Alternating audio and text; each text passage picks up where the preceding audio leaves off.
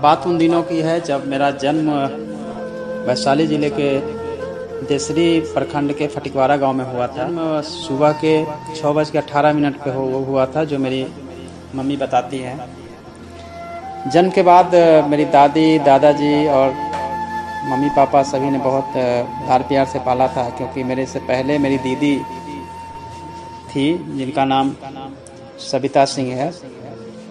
चूँकि बेटे होने के चलते मुझे बहुत तवज्जो भी दिया गया, कहने में कोई गुरेज नहीं है। और शुरू से ही मैं चूँकि पढ़ने में बहुत अच्छा रहा था और हमेशा स्कूल में टॉप करता था। दादाजी का स्नेह हमें हमेशा मिलता रहा और उनके ही द्वारा मेरे मन में बीज पिरोया गया था कि या तो खेती करो या फिर नौकरी करनी है तो आईएएस की नौकरी करो। और हमेशा वो डीएम को एक आदर्श मान के मुझे प्रेरित करते रहते थे। जब मैं स्कूल में गया, प्राइमरी स्कूल में, तो मुझे अच्छे से याद है कि मैं जब स्टैंडर्ड फर्स्ट में था तो स्टैंडर्ड सेकेंड और थर्ड की किताबें पढ़ता था।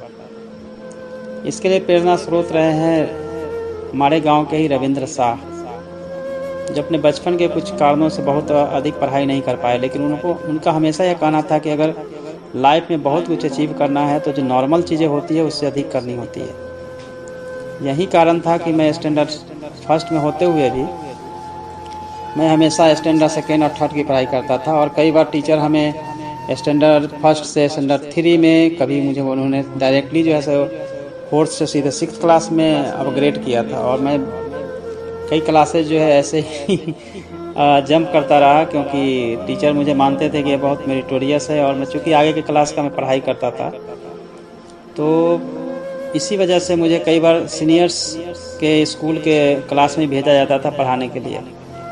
उन दिनों टीचर्स के ट्रांसफ़र चल रहे थे और टीचर के ट्रांसफ़र होने के चलते मुझे कई बार क्लास लेने के लिए भेजा जाता था। गीत संगीत में बहुत अभिरुचि रही है और इसकी वजह भी मेरी बड़ी दीदी का ही योगदान है, क्योंकि दीदी हमेशा जो है अपने जो उनके फ्रेंड्स थे उसमें कंपटीशन होता था कि मेरा भाई अच्छा गाता है। सभी बहनों की अपने अपने भाई थे जिनके वो अच्छा गाने के लिए प्रेरित किया जाता था, और मुझे हमेशा दीदी मुझे घर पे बैठ के प्रैक्टिस करवाती थी। और यही वजह है कि आजकल मैं गाना भी गाता हूँ। और उनकी इच्छा थी कि मेरा भाई जो है वो दूसरे के बहन के सामने जो अच्छा गाए, और इसी कारण से मैं गाने में भी थोड़ा सा टाइम देता हूँ और गीत संगीत से जुड़ा हुआ हूँ।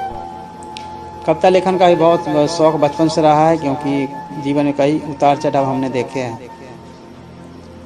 जब मैंने बोर्ड पास कर लिया तो पहली बार मैंने पटना देखा था, उससे पहले मैं पटना कभी गया नहीं था और अकेला ही पटना गया था। और मुझे याद है कि मैं 10+2 में एडमिशन लेने के लिए कई कॉलेजों में भटका था, कई कॉलेजों में सभी अप्लाई किया था। 10+2 भी मैंने बहुत ही अच्छे से किया था, चूँकि 10+2 मैंने बायोलॉजी में किया था। तो बायोलॉजी करने के पीछे भी यही वजह थी कि मुझे साइंस की भी जानकारी होनी चाहिए थी आईएएस बनने के लिए। और आईएएस का बीजारोपण स्टैंडर्ड 6 छठे क्लास में ही हो गया था। और हमेशा मेरी कोशिश ये रहती थी कि मैं जहाँ भी रहूँ टॉप रहूँ। और स्पोर्ट्स में भी मैंने बहुत अच्छा मैं प्लेयर रहा था। क्रिकेट हो, फुटबॉल हो या फिर कबड्डी हो, हर गेम में मैंने अच्छा किया था अपने स्कूल और कॉलेज के टाइम में भी। स्पेशली मुझे बैडमिंटन से काफ़ी बचपन से ही लगाव रहा था। बैडमिंटन में खेलता था और कबड्डी मेरा फेवरेट गेम रहा था बचपन में। फुटबॉल भी बहुत मैंने खेलता था। और क्रिकेट तो मैं बिल्कुल गांव हर 2-3 दिन के बाद दूसरे गांव में जाता था खेलने के लिए, या फिर पटना जाने के बाद ही मैं फील्ड में प्रैक्टिस करता रहता था। स्पोर्ट्स से जुड़े रहने के चलते मुझे हमेशा एनर्जी मिलती रहती थी और पढ़ने के लिए प्रेरणा भी मिलती रहती थी। तो 10+2 मैंने साइंस से इसलिए किया था ताकि मुझे साइंस की जानकारी हो जाए। साइंस के बाद मैंने पटना कॉलेज में दाखिला लिया था। पटना कॉलेज में मैंने दाखिला लिया था 99 में, फरवरी महीने में। और मैंने गवर्नर साहब के कोटा से एडमिशन लिया था, क्योंकि उनके पास में बार बार जाता था साइकिल से, बिकॉज मेरे मार्क्स जो थे वो इतने अच्छे नहीं थे कि मेरा एडमिशन जो है पटना कॉलेज में हो सके, क्योंकि मैं पहले मार्क्स को ज़्यादा तरजीह नहीं दे रहा था। तो उनके कोटा से होने के चलते मुझे लेट से एडमिशन मेरा हुआ और 2 महीने बाद ही मुझे पार्ट 1 का एग्ज़ाम भी देना था। और जब मैंने एग्ज़ाम पूरे अपने कॉलेज में टॉप किया था, तब मुझे भरोसा हो गया था कि मैं अच्छा स्टूडेंट हूँ। और वीसी ने भी मुझे कहा था, तत्कालीन जो वीसी थे, कि आपका एडमिशन तभी होगा जब आप टॉप करके मुझे दिखाओगे। और वही प्रेरणा रही कि मैं अच्छा करता रहा। और पटना कॉलेज में दाखिला के पीछे वजह यही थी कि आर्ट्स का सबसे अच्छा कॉलेज पटना कॉलेज था। 2001 में जब मैंने ग्रेजुएशन पूरा किया, उसके बाद मैंने फिर पीजी में एडमिशन लिया दरभंगा हाउस पटना यूनिवर्सिटी में। वहाँ से भी मैंने यूनिवर्सिटी में मैं टॉपर रहा, ग्रेजुएशन में टॉपर रहा। और इस बीच में मेरा जो है नेट जेआरएफ भी हुआ। फिर मैंने यूपीएससी की तैयारी शुरू चूँकि कर रखा था। यूपीएससी के पहले अटैम्प्ट में मैं चूँकि अपेयरिंग में ही था, ग्रेजुएशन में तो मैंने बस बिना तैयारी का मैंने एग्ज़ाम दिया था। सेकेंड टाइम मैंने एग्ज़ाम देना शुरू किया, तो सेकेंड टाइम मैंने अपना बेस्ट एफर्ट किया और फिर मैं इंटरव्यू तक पहुंचा। इंटरव्यू में मुझे बहुत अच्छे मार्क्स नहीं आए, जिसके चलते फाइनल सिलेक्शन नहीं हो पाया। उसके बाद मैंने जब 2007 में मैंने फिर फिल्म्स का एग्ज़ाम दिया, तो मेरा फिल्म्स नहीं हो पाया था, जिसके चलते काफ़ी मुझे परेशानी हुई थी।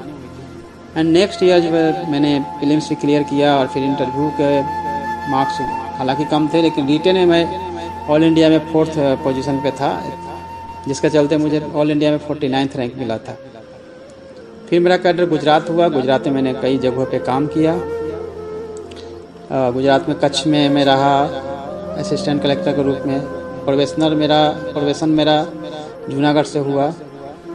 उसके बाद मैं एजुकेशन डिपार्टमेंट में रहा। एजुकेशन डिपार्टमेंट के बाद मैं एडिशनल कमिश्नर रूरल डेवलपमेंट में रहा। फिर मैं डिस्ट्रिक्ट डेवलपमेंट ऑफिसर नर्मदा रहा।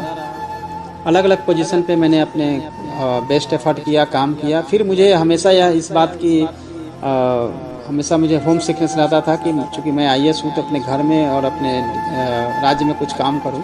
यही वजह है कि डिप्रेशन पे मैं 2018 के जनवरी महीने में आया। और फिर 2 महीने जीएडी में रहने के बाद ट्रेनिंग पूरा करके फेज 3 का पहली पदस्थापन मेरी एज ए डीएम जो है वो सीतामढ़ी में हुई।